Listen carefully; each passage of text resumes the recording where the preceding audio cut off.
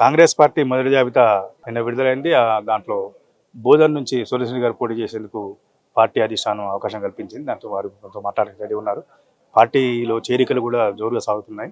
హైదరాబాద్ వచ్చి కొంతమంది కార్యకర్తలు చేరుతున్న నేపథ్యంలో పార్టీ మనతోటి మాట్లాడడానికి సుదర్శన్ రెడ్డి గారు సిద్ధంగా ఉన్నారు. సార్ చెప్పండి సార్, ఎట్లా ఉంది అంటే ఎలక్షన్ పరిస్థితి ఎట్లా ఉంది ఏంటి? కాంగ్రెస్ పార్టీ రాహుల్ గాంధీ గారు ఏదైతే గతంలో టికెట్లు ఇవ్వకుండా ఇచ్చినలాగా కాకుండా ప్రజల్లో ఎవరైతే గెలుస్తారో, ప్రజలు ఎవరికి ఓట్లు వేయదలుచుకున్నారో దాన్ని ఒక సర్వేగా పెట్టి, సర్వే కూడా డిఫరెంట్ ముగ్గురుతో సర్వేలు చేయించుకుంటూ రేపు ప్రజలు ఓట్లు ఇవ్వాలి, మనం నిలబడ్డ క్యాండిడేట్ గెలవాలన్న ఉద్దేశంతో మొన్ననే ఒక లిస్టు ఇచ్చడం జరిగింది. దాంట్లో నా పేరు కూడా ఉంది. నా పేరు ఉన్నదానికి బోధన్ కాన్స్టిట్యున్సీలో మిత్రుడు మున్సిపల్ చైర్మన్ మరియు వాళ్ళ కౌన్సిలర్లు కానీ, సర్పంచులు కానీ, ఇతర కార్యకర్తలు కానీ కాంగ్రెస్ పార్టీలో జాయిన్ అవుతా ఉన్నారు. జాయిన్ కావటానికి రీజన్స్, ఈ కేసీఆర్ గారు తెలంగాణ తెచ్చిన తర్వాత ఎంత కష్టమైనా సోనియా గాంధీ గారు ఆంధ్రలో కాంగ్రెస్ పార్టీ పోతుంది అన్న దాన్ని లెక్కన పెట్టకుండా తెలంగాణ ఇచ్చింది. ఎందుకు ఇచ్చింది? మా భవిష్యత్తు బాగుండాలి, పిల్లలు బాగుండాలి, అన్ని ప్రాజెక్టులు కావాలి, ఎడ్యుకేషన్ విద్య బాగుండాలి, ఆరోగ్యం బాగుండాలి, పంటలు బాగుపడాలన్న ఉద్దేశంతో ఇచ్చాం. అవన్నీ పక్కన పడేసి గ్రామాల్లో కొందరి వాళ్ళని రౌడీజం చేసుకుంటూ,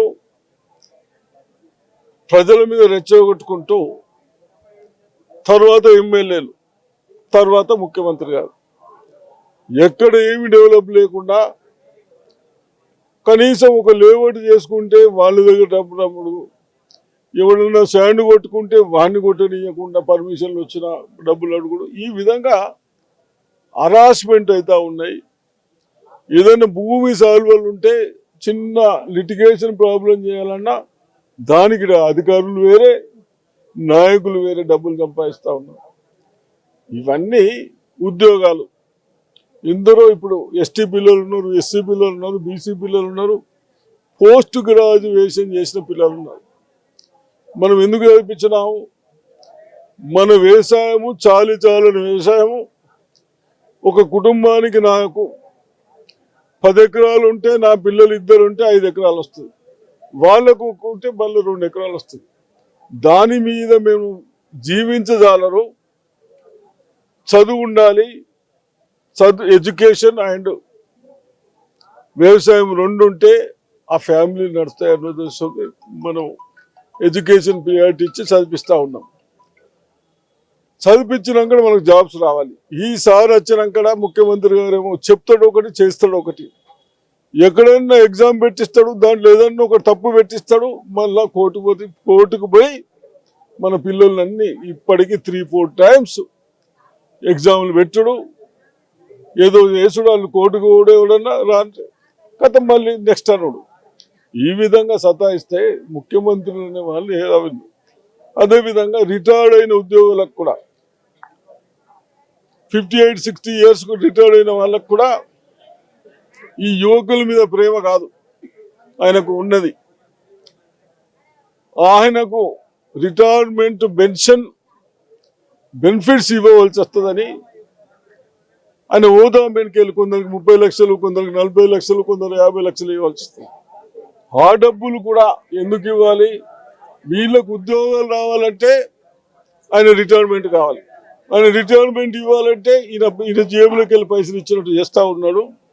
ఆ పైసలు మళ్ళా కమిషన్ల కొరకు ఎక్కడ పని చేసుకోవచ్చు, కమిషన్ తీసుకోవచ్చు అని దాని కొరకే యూజ్ చేస్తూ ఉన్నాడు. కాబట్టి ఇటువంటి అన్ని గమనించి ప్రజలు పెద్ద ఎత్తున చేరికలే కాకుండా ప్రతి విలేజ్లో మేము వచ్చినాక కాంగ్రెస్ ప్రభుత్వం రేపు వస్తుంది, తప్పనిసరిగా ఎడ్యుకేటర్స్ పిల్లలకు ఉద్యోగాలు 2 లక్షలు విత్ ఇన్ 1 ఇయర్లో ఫిల్ చేస్తామని చెప్పడం జరుగుతూ ఉంది. అదే కాకుండా ఎడ్యుకేషన్ చేసిన పిల్లలకు బీద వాళ్ళు ఉన్నారు, బయట పోవాలి, డబ్బులు లేకుంటే 5 లక్షలు లోన్ ఇప్పించి ఆ లోన్ కూడా బ్యాంకే కట్టే విధంగా, ఈ విధంగా మనకు ఆరోగ్యశ్రీ. ఇప్పుడు ప్రైవేట్ హాస్పిటల్కి పోతే ఈ పుణ్యాత్ముడు ఎవడైనా చెక్కింగ్ లేదు, ఏం లేదు. ఒక డిసీజ్ వస్తే దీనికి ఇన్ని డబ్బులు, దీనికి ఇన్ని డబ్బులు అని మన గవర్నమెంట్లో నామ్స్ ఉన్నాయి.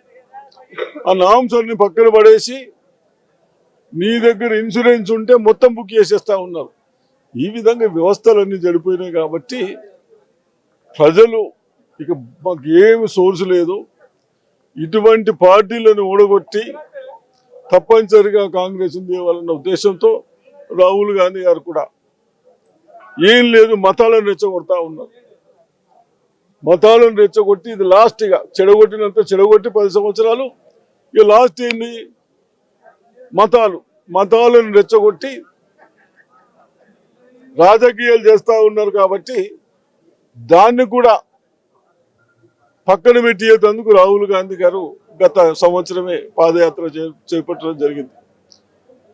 ఆ పాదయాత్రలో ఆశా జోడో అని చెప్పి మొత్తం 4000 కిలోమీటర్లు తిరిగి బాగా చేశారు. అయితే ఈ విధంగా వారు చేశారు. ఇక్కడ పిసిసి ప్రెసిడెంట్ రేవంత్ రెడ్డి గారు కూడా అయినాక వారి వంతు కూడా ప్రజల్లో బాగా పోయి వారు కూడా ప్రజలకు ఏదైతే నచ్చుతుందో దాన్నే ప్రామిస్ చేసుకుంటూ వస్తూ ఉన్నారు. కాబట్టి మీ గ్యారంటీలలో 6 గ్యారంటీలలో మీరు 500కే గ్యాస్ అంటే కేసీఆర్ 400 అంటున్నాడు. మీరు 15,000 రైతు బంధు అంటే 16,000 అని ఆయన చెప్తా ఉన్నాడు. అంటే దీన్ని ఎట్లా చూడొచ్చు మీరు? ఇప్పుడు మొన్న నేను ఇంటింట కొన్ని ఎడిపెళ్ళి కొన్ని మండల్స్ హెడ్ క్వార్టర్ తిరిగాను.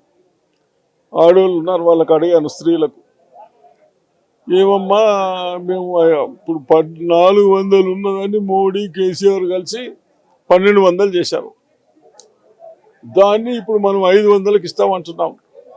ఇప్పుడు కేసీఆర్ ఇవన్నీ చూసి ఎట్లాగో ఓడిపోతున్నామని ఆలోచించుకొని ఫ్రీ అన్న అంటాడు, 100 200కు ఇస్తాడు. మరి మీరు నమ్ముతారా అన్న? మేము నమ్మం సార్, ఆయన నమ్మం, ఆయన ఏం చెప్పినా నమ్మరు అన్నారు. ఇప్పుడు ఎంతకు 400కి ఇస్తున్నాడా? ఆయన రేపు మేనిఫెస్టోలో ఎంత పెడుతున్నాడు? 400కి ఇస్తే అంటే కాపీ కొట్టాడు కదా. ఇన్ని సంవత్సరాలు ఎందుకు ఇవ్వాలి? మరి 400 ఉన్నదాన్ని 1200 దాకా ఎందుకు పోయినావు? నువ్వే కదా, నువ్వు మోడే కదా చేసింది. దానికి ముందు ఆడోళ్ళకి జవాబు ఇప్పుడు చెప్పినాక నువ్వు దాన్ని ప్రచారం చేసుకో. అదొకటి. సార్, యూత్కు సంబంధించినటువంటి ఎటువంటి హామీ ఇవ్వలేని నా ఎన్నికల ప్రణాళికలు కానీ ఎన్నికల మేనిఫెస్టోలో కేసీఆర్ అంటే నిరుద్యోగ వృత్తి ఇస్తాను కానీ 7,00,000 లక్ష ఉద్యోగాలను గతంలో చెప్పిండు, ఈసారి ఏమీ ఇవ్వలేదు. అంటే దీన్ని బట్టి ఏమర్థం అవుతుంది? ఇప్పుడు దొరల పాలన అంటే ఇట్లనే ఉంటుందేమో, ఎవరికి జాబులు అవ్వద్దు, ఎవరు చదువుకోవద్దు, అదే ఉన్నదే వ్యవసాయం చేసుకునేటట్టు ఉండాలేమో నేను అనుకుంటున్నా. మరి ఇప్పుడు మేనిఫెస్టోలో ఉద్యోగాల గురించి మాట్లాడనప్పుడు అది కరెక్ట్ కాదు. ఉద్యోగాలు ఇన్ని వేకెన్సీస్ ఉన్నాయి, ఇంత చదువుకొని పిల్లలు ఉన్నారు, చదువుకొని పోస్ట్ గ్రాడ్యుయేట్స్ విద్యార్థులు ఉన్నారు. కాబట్టి తప్పనిసరిగా ఆయన పెట్టాడు. మేము గవర్నమెంట్ కాంగ్రెస్ వస్తుందా? వస్తుంది. మేము మేనిఫెస్టోలో పెట్టిన తప్పనిసరిగా చేస్తాము. బోధనలో షకీల్ అనే ఎమ్మెల్యే చాలా బలంగా ఉన్నాడు, పాతుకుపోయింది అంటున్నారు. అంటే మీరు ఎట్లా అడ్డుకు ఉండబోతున్నారు? ఎలా ఉండబోతుంది ఎన్నికల ప్రచారం కానీ రేపు పరిస్థితి కానీ? బలం అంటే పైసలు వసూలు చేస్తున్నా, బలం అంటే డబ్బులు వసూలు చేస్తున్నా. దేంట్లో బలం? బలం మీకు దేంట్లో అనిపించింది అంటున్నా నేను. లా ఉండడనే పైసలు వసూలు చేస్తున్న బలమా, ఉసుక అమ్ముంటున్నా, వడ్లు అమ్ముకుంటున్న బలం ఉన్నాడా?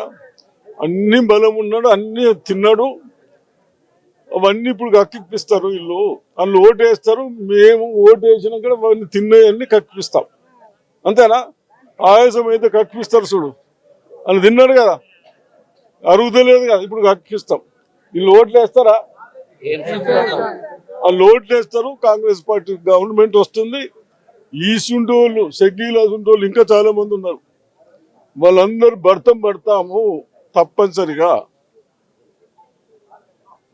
మీరేమో సర్వేల ఆధారంగా ఇచ్చారు, సర్వేలు ప్రకారంగా టికెట్లు ఇస్తున్నారు. రాహుల్ గాంధీ 3 సర్వేలు చేయించారు, దాని ప్రకారంగా వస్తున్నారు. కానీ టికెట్లు అని కొంతమంది రేవంత్ రెడ్డి మీద ఆరోపణ చేస్తున్నారు, కాంగ్రెస్ పార్టీ అధిష్టానం మీద ఆరోపణ చేస్తున్నారు. దీన్ని ఎలా చూడొచ్చు? ఇప్పుడు టికెట్లు రాని వాళ్ళు నేను అన్నాను, కానీ పొన్నాల లక్ష్మయ్య అసుంటాడు. నేను విమర్శించుడు కాదు, కానీ ఆయన విఘ్నతకే వదిలేస్తున్నాను. నీకు ఎన్నిసార్లు అవకాశం ఇచ్చిండ్రు, పిసిసి ఇచ్చిండ్రు, నీకు 80 సంవత్సరాలు వచ్చింది, ఇప్పుడైనా సర్వేలు రాలేదు అని బహుశా నిర్లక్ష్యం చేసుడు వచ్చు తప్ప, దానితో కాంగ్రెస్ మీద నువ్వు అంత అలిగి మళ్ళీ దేని నువ్వు పోతున్నావు? మొన్నటిదాకా అన్నోడి దగ్గరికే పోతున్నావు, కానీ అదా కరెక్ట్? అంటే నువ్వు ఎంత కరెక్ట్ పర్సనో తెలుస్తున్నది కదా. ఇది కరెక్ట్ కాదు, ప్రజలు కూడా అటువంటి నమ్మరు.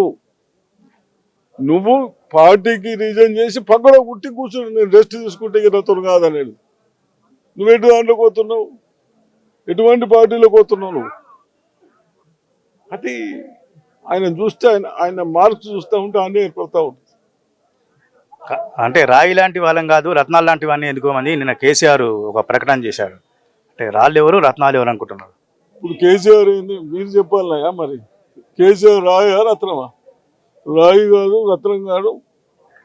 రేపు వీళ్ళందరూ బ్లాస్టింగ్ చేసి తుణుకలు చేస్తారు, బ్లాస్టింగ్ చేసి తుణుకలు చేస్తారు. రాయి అయితే రాయి లెక్క ఉండడం, కానీ ఆ రాయిని బ్లాస్టింగ్ చేస్తే ఏమవుతుంది? కంకర్ అయిపోతుంది. కంకర్ చేస్తారు వీళ్ళు. కాంగ్రెస్ పార్టీ ఇచ్చిన హామీని నిలబెట్టుకోదు, బీఆర్ఎస్ చెప్పిన దానికన్నా ఎక్కువ చేసిందని చెప్పేసి కేసీఆర్, కేటీఆర్ మాట్లాడుతూ ఉన్నారు. ఇప్పుడు కాంగ్రెస్ పార్టీ ఏదైతే లోన్ మాఫ్ అన్నారో, ఆరోగ్యశ్రీ అన్నారో, పిల్లలకి ఎడ్యుకేషన్ అన్నామో, ఫీజెస్ మాఫ్ అన్నామో, అవన్నీ చేసినాము, ప్రాజెక్టులు కట్టినాము, అన్నీ కట్టినాము. మేము 50,000 ఎంత కట్టినాము? నువ్వు మాకంటే 4 అంతలు బడ్జెట్ పెరిగింది. నువ్వేం చేసినావు? పనికిరాని లిఫ్ట్ ఇరిగేషన్ చేసి నీ స్వార్థలం కొరకే, కానీ ప్రజలకు ఉపయోగపడది. దాని మీద ఇంకా ముందు మాట్లాడుతున్నది. కాబట్టి ఆయన చేసిన పనులన్నీ స్వార్థాల కొరకే చేసిండ్రు. కాబట్టి తప్పనిసరిగా ప్రజలు గమనించారు. ఇంత పెద్ద ఎత్తున అలా కాంగ్రెస్ చేస్తూ ఉన్నారు. సార్, లాస్ట్ పిసిసి కోశాధికారిగా అంటే ఎన్నికల ప్రచారం ఏ రకంగా ఉండబోతుంది? రాహుల్ గాంధీ, ప్రియాంక గాంధీ పాత్ర ఏ రకంగా ఉండబోతుంది? ఇప్పుడు రాహుల్ గాంధీ, సోనియా గాంధీ గారికి మీరు ఒక్కటి వినండి, కనీసం వాళ్ళకు ఢిల్లీలో ఉండటానికి కూడా ఇల్లు లేదు. అటువంటి వాళ్ళు మన కొరకు సాక్రిఫైస్ చేస్తూ ఉన్నారు. అటు మోడీ గారు అయితేనేమి, ఈ స్టేట్ గవర్నమెంట్ అయితేనేమి, వ్యవస్థనంతా నిర్వక్షణ చేస్తూ ఉన్నారు అన్న ఉద్దేశంతో వాళ్ళు బాగా ధైర్యంగా తిరుగుతూ ఉన్నారు. వాళ్ళ ధైర్యంని, వీళ్ళ పనికిరాని సాహసాన్ని ప్రజలు రాహుల్ గాంధీ కలిసి తప్పనిసరిగా ప్రజలు బుద్ధి చెప్తారు. అటు బీజేపీకి చెప్తారు, టీఆర్ఎస్కి చెప్తారు, బీఆర్ఎస్కి తప్పనిసరిగా చెప్తారని నేను ఆశిస్తా ఉన్నాను. రాబోయే కాలంలో వచ్చేది కాంగ్రెస్ పార్టీ రాష్ట్రంలో కేసీఆర్ అండ్ కంపెనీ అంటే ఎమ్మెల్యేలు కానీ మంత్రులు కానీ తినేదంతా కక్కిస్తామని చెప్తున్నారు. సుదర్శన్ గారితో కెమెరా పర్సన్ మనోజ్తో కృష్ణమూర్తి, జూబ్లీ హిల్స్.